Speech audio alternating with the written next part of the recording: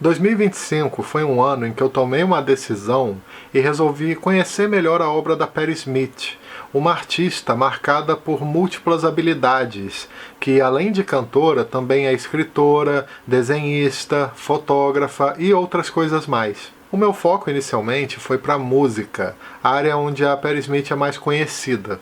Desde janeiro que eu comecei a escutar os seus álbuns em ordem cronológica, isso com muita calma, apreciando e conhecendo cada um deles. Logo de cara eu já fui fisgado, levando em consideração que o seu primeiro álbum, Horses, é maravilhoso do início ao fim, além de ser também o seu trabalho mais importante. Para vocês terem uma ideia da relevância desse disco, ele está em 26º na lista de 500 melhores álbuns de todos os tempos, publicada pela revista Rolling Stones, que é uma referência no meio musical. Logo depois eu comecei a conhecer os outros, que também são ótimos. Escutei o Radio Ethiopia e logo depois Easter, que possui a faixa Because the Night, uma das músicas de maior sucesso da cantora. Por fim, conheci o disco Wave, que é um dos meus favoritos da Patti Smith, que tem uma música que eu gosto muito chamada Frederick, e parei no Dream of Life, que possui outra canção bem famosa dela, chamada People Have the Power.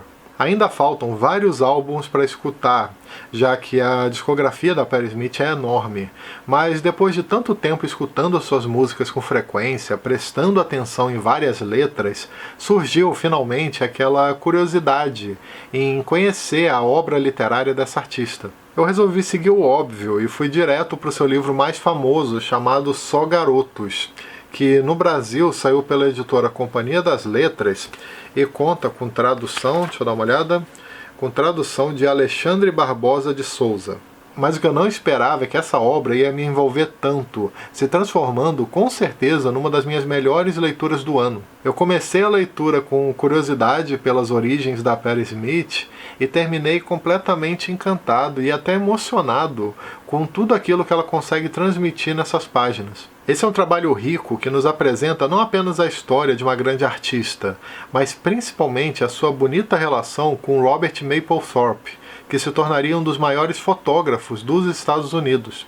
Em paralelo, vamos descobrindo, desbravando todo o universo cultural e artístico da Nova York de 1960 e 1970, período de redefinição artística, da contracultura, do punk, do rock e da ascensão de grandes nomes da música, da literatura e da arte de modo geral.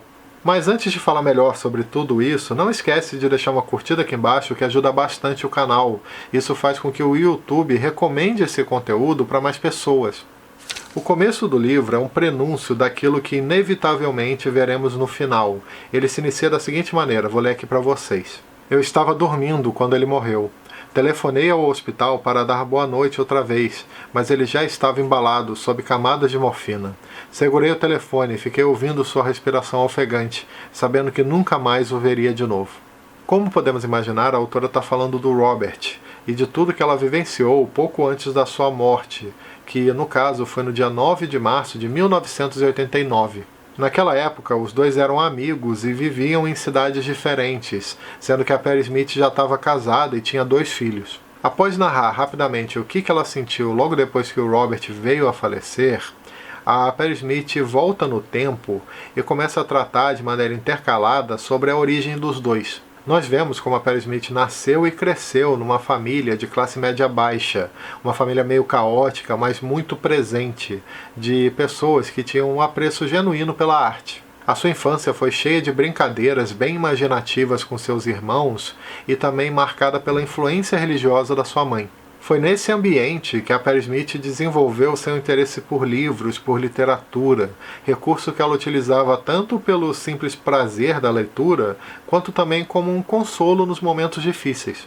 Robert, por sua vez, foi o terceiro de 6 filhos e também cresceu numa família de classe média, só que bem mais rígida e bem mais tradicional. Para os seus pais, o seu futuro seria ligado inevitavelmente com a Igreja Católica ou com algum tipo de carreira militar. Só que o Robert nunca se conformou com essa ideia, ele sempre soube que era um artista. Ele desenhava muito bem e também era muito atento à estética das coisas, o que o fez se dedicar à arte desde muito cedo. Já a Patti Smith resolveu se dedicar verdadeiramente a esse projeto um pouco depois. No início da vida adulta, completamente apaixonada por Bob Dylan e também por Rimbaud, A Perry Smith vivenciou situações bem complexas e traumáticas que a marcaram profundamente e a levaram, de uma forma ou de outra, a tomar a decisão de se mudar para Nova York para tentar se tornar uma artista. Só que o curioso é que ela faz isso sem nenhum tipo de plano concreto, sem dinheiro, sem emprego, sendo inclusive obrigada a morar na rua por um tempo até conseguir se estabelecer minimamente ao arrumar um trabalho. Foi nessa época que ela conheceu o Robert e sempre encontrava ele em umas situações bem inusitadas, né? Seja quando ela estava procurando seus amigos, quando estava trabalhando como caixa de uma livraria e até numa determinada situação que ele acaba salvando a Perry Smith de um encontro bem esquisito com um escritor de ficção científica. A partir daqui nós vamos acompanhando como esse relacionamento se estabeleceu, já que os dois passaram a viver juntos, isso durante alguns anos, nos mesmos apartamentos. Com o tempo, quando Robert descobre ser homossexual, nós vemos como a conexão entre os dois acaba saindo de uma relação amorosa e se desenvolve numa grande amizade. Já no âmbito profissional, nós temos uma parceria sem limites, já que um sempre apoiava o trabalho do outro. Apesar de não ser dividido dessa maneira, eu acho que dá para pensar nessa obra como um trabalho que trata assim, com mais profundidade de dois grandes temas. Um, como eu já falei, é justamente a relação entre a Perry Smith e o Robert, e a forma como isso acaba mudando profundamente a vida da autora. Já o outro tema, no meu ponto de vista, é justamente a cena cultural e artística de Nova York na ótica da Perry Smith. Nós vemos como tanto ela quanto o Robert mergulharam nesse mundo e conheceram pessoas incríveis no caminho.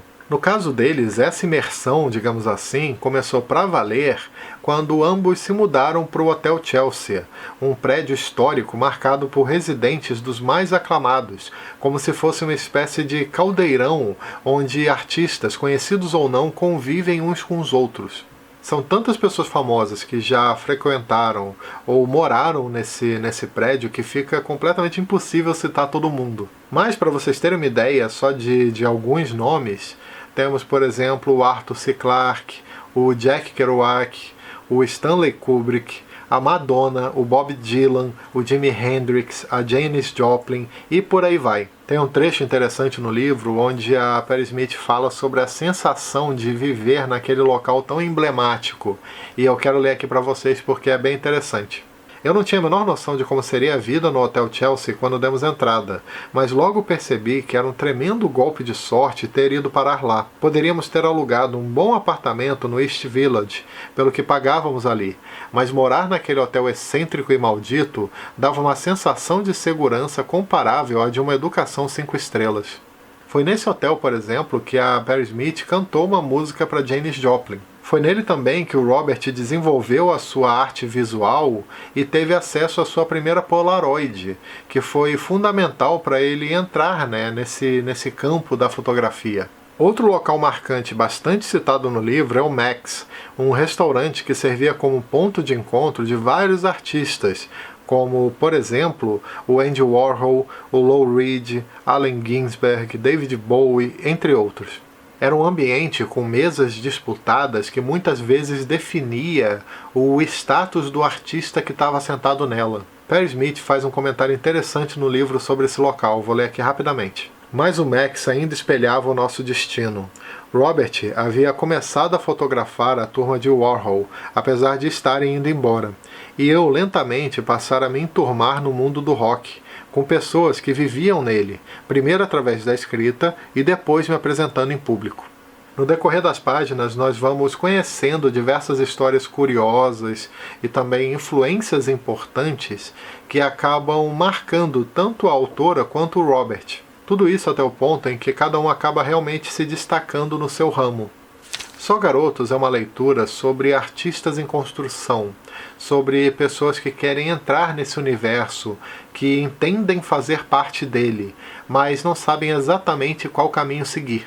Vemos como tanto Robert quanto a Perry Smith estão inseridos nesse dilema, sustentados principalmente pela ambição e também pelo desejo de fazer algo de destaque no mundo da arte. É interessante ver, por exemplo, como todo o senso estético e visual do Robert, algo cultivado desde criança, acaba levando inevitavelmente o seu trabalho para o campo da fotografia, espaço onde ele finalmente consegue a fama que ele tanto esperava. Já Patti Smith, apaixonada por literatura desde muito cedo, acabou encontrando nas palavras uma conexão com a música, levando a poesia para o rock, para o punk e dando início a uma carreira duradoura. Só que, para além desse cenário de bandas famosas, de produtores influentes, de escritores renomados e de locais lendários, nós acompanhamos aqui também uma das parcerias mais bonitas e sinceras que eu me lembro até hoje.